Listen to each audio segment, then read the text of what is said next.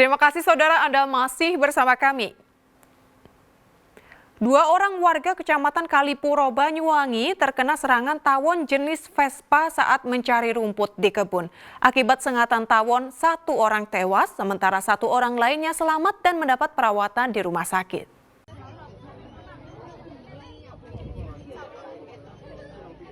Keluarga dan kerabat menangis histeris saat mengetahui Mustafa, warga desa Bulusari, Kecamatan Kalipuro, Banyuwangi ini dievakuasi petugas ke rumahnya dalam kondisi sudah tak bernyawa. Pria berusia 60 tahun ini tewas akibat terkena sengatan kawanan tawon jenis Vespa saat mencari rumput di kawasan kebun tak jauh dari rumahnya. Korban tewas di lokasi kejadian dengan sejumlah bekas lebam sengatan lebah di bagian dadanya.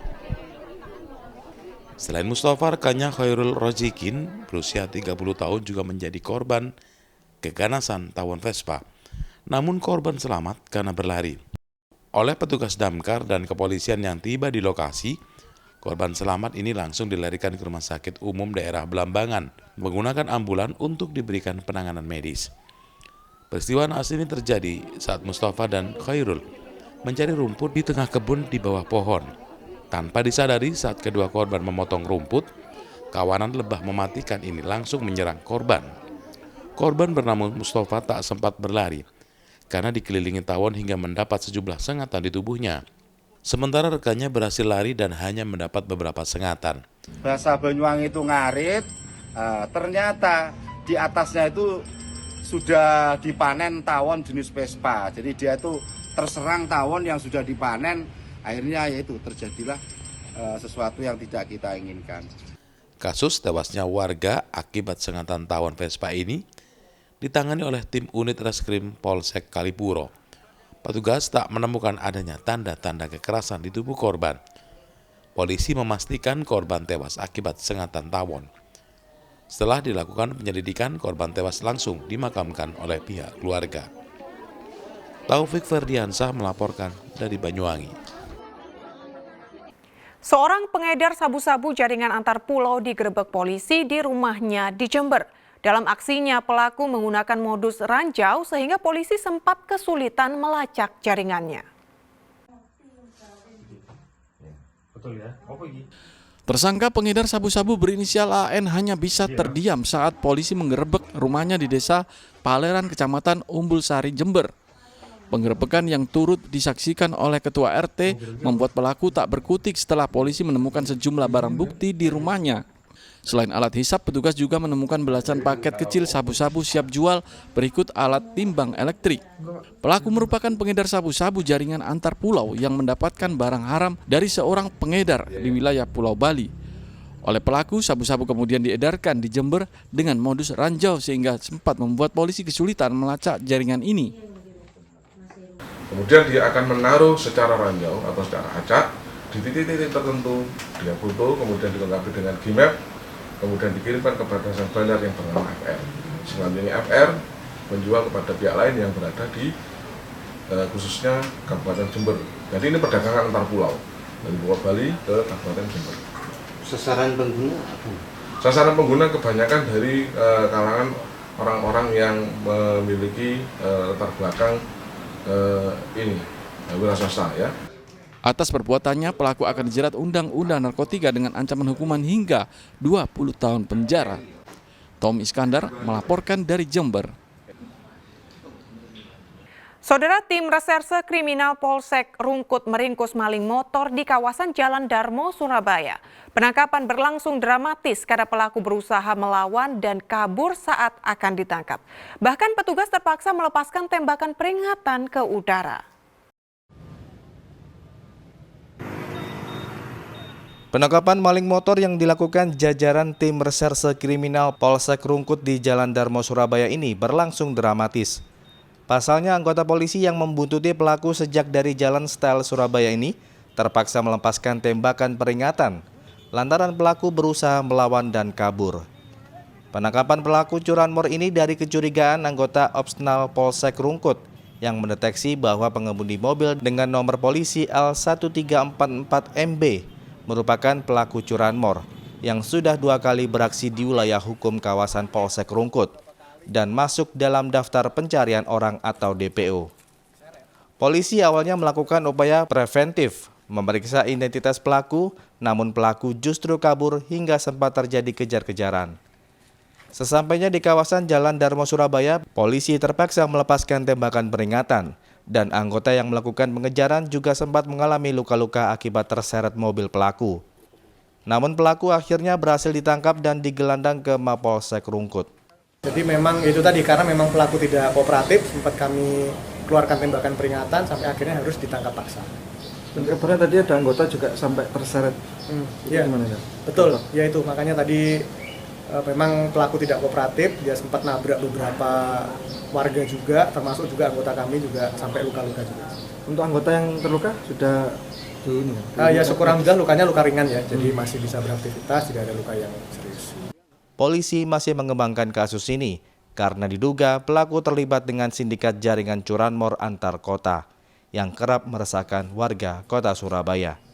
Dari Surabaya, Arif Purwanto melaporkan.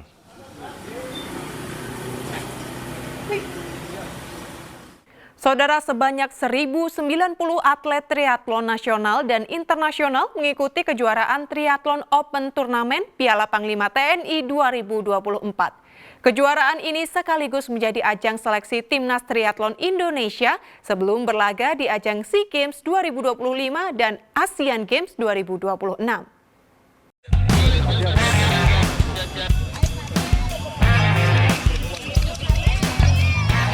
Triathlon Open Turnamen Piala Panglima TNI 2024 digelar di Komplek Kampus Universitas Negeri Surabaya atau UNESA dan Makodam 5 Brawijaya. Cabang olahraga yang menggabungkan 3 jenis olahraga yakni renang, sepeda, dan lari ini memulai start berenang melewati Danau UNESA sejauh 750 meter. Kemudian bersepeda sejauh 20 km dari UNESA ke Makodam 5 Brawijaya dan diakhiri lari sejauh 5 km di dalam Komplek Kodam 5 Brawijaya. Selain peserta kategori TNI dan Polri, lomba bertaraf internasional ini juga diikuti atlet nasional jebolan PON Aceh Sumut, serta belasan atlet triathlon dari Asia hingga Rusia.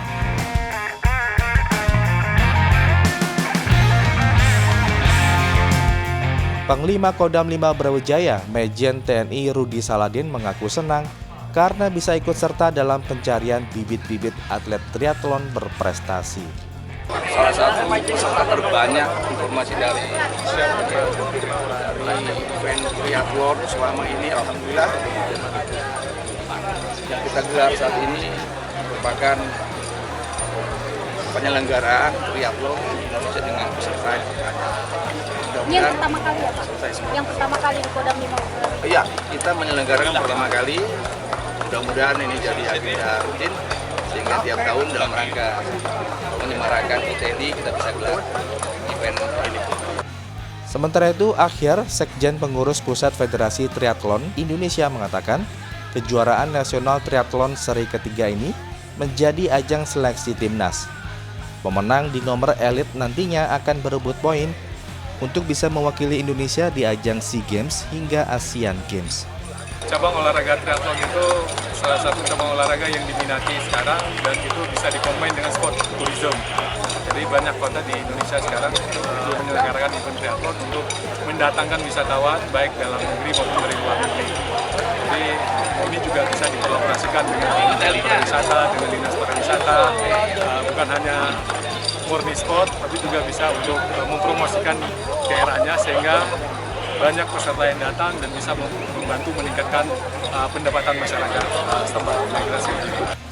Selain mempertandingkan kategori elit dan TNI Polri, lomba tersebut mempertandingkan sejumlah nomor seperti kelompok umur, muda atau youth.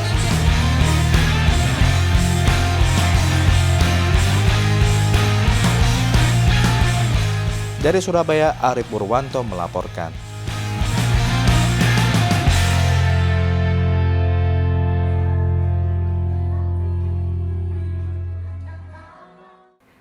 Saudara, tari kolosal Gandrung Sewu di Pantai Bum Banyuwangi kembali digelar. Mengambil tema Payung Agung, tari kolosal ini menampilkan sendera tari dengan makna keberagaman etnis dengan peserta mencapai 1.350 penari.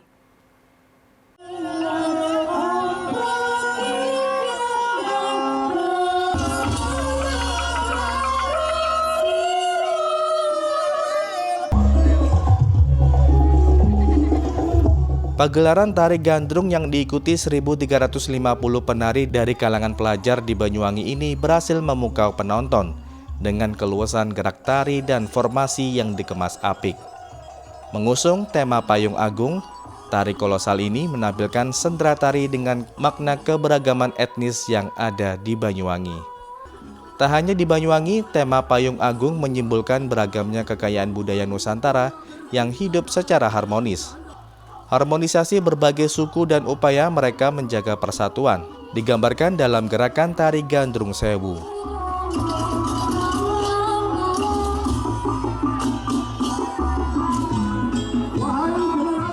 Secara detail, sendera tari Gandrung Sewu tahun ini mengisahkan bagaimana para penari gandrung di Banyuwangi yang berlatar belakang suku Using, Jawa, dan Madura hidup dalam kerukunan. Keragaman suku ini divisualisasikan oleh para penari dengan menarikan tarian dari suku-suku tersebut, diiringi dengan lagu daerahnya masing-masing. Aneka gerakan tari itu kemudian disatukan koreografi yang harmonis dalam Payung Agung Gandrung Sewu. Sudah berapa kali ikut 4 pagelaran? tahun. Sudah 4 kali? 2019, 2022, 2023, dan 2024. Ya, untuk tahun ini Mbak ada kesannya bagaimana Mbak? Sangat bahagia karena sudah 4 tahun mengikuti Gandrung Sewu. Orang berwisata ke Indonesia itu alasan nomor 1 bukan alam yang indah lagi. Alam yang indah dan nomor 4. Nomor 1 karena 53%. Seni budaya termasuk Gandrung Sewu ini. Yang ketiga itu karena event-event termasuk sport tourism dan lain-lain. Karena Ijen, karena Jilen, karena Pulau Merah. Sehingga tepat sekali Pak Bupati dengan tim membuat event dan memadukannya dengan atraksi yang luar biasa. Tari kolosan Gandrung Sewu yang masuk dalam karisma event Nusantara ini sudah dilaksanakan di Banyuwangi sejak tahun 2012 lalu. Event ini bukan hanya untuk merayakan kekayaan budaya, akan tetapi juga mengajak semua pihak berperan aktif melestarikan budaya agar tak tergerus perkembangan teknologi dan budaya modern. Taufik Ferdiansah melaporkan dari Banyuwangi.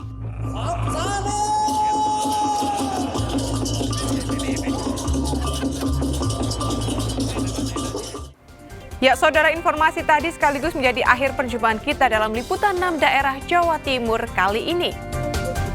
Atas nama seluruh kru yang bertugas, saya Madari Sasmita mengucapkan terima kasih atas perhatian Anda. Selamat beraktivitas dan salam SCTV.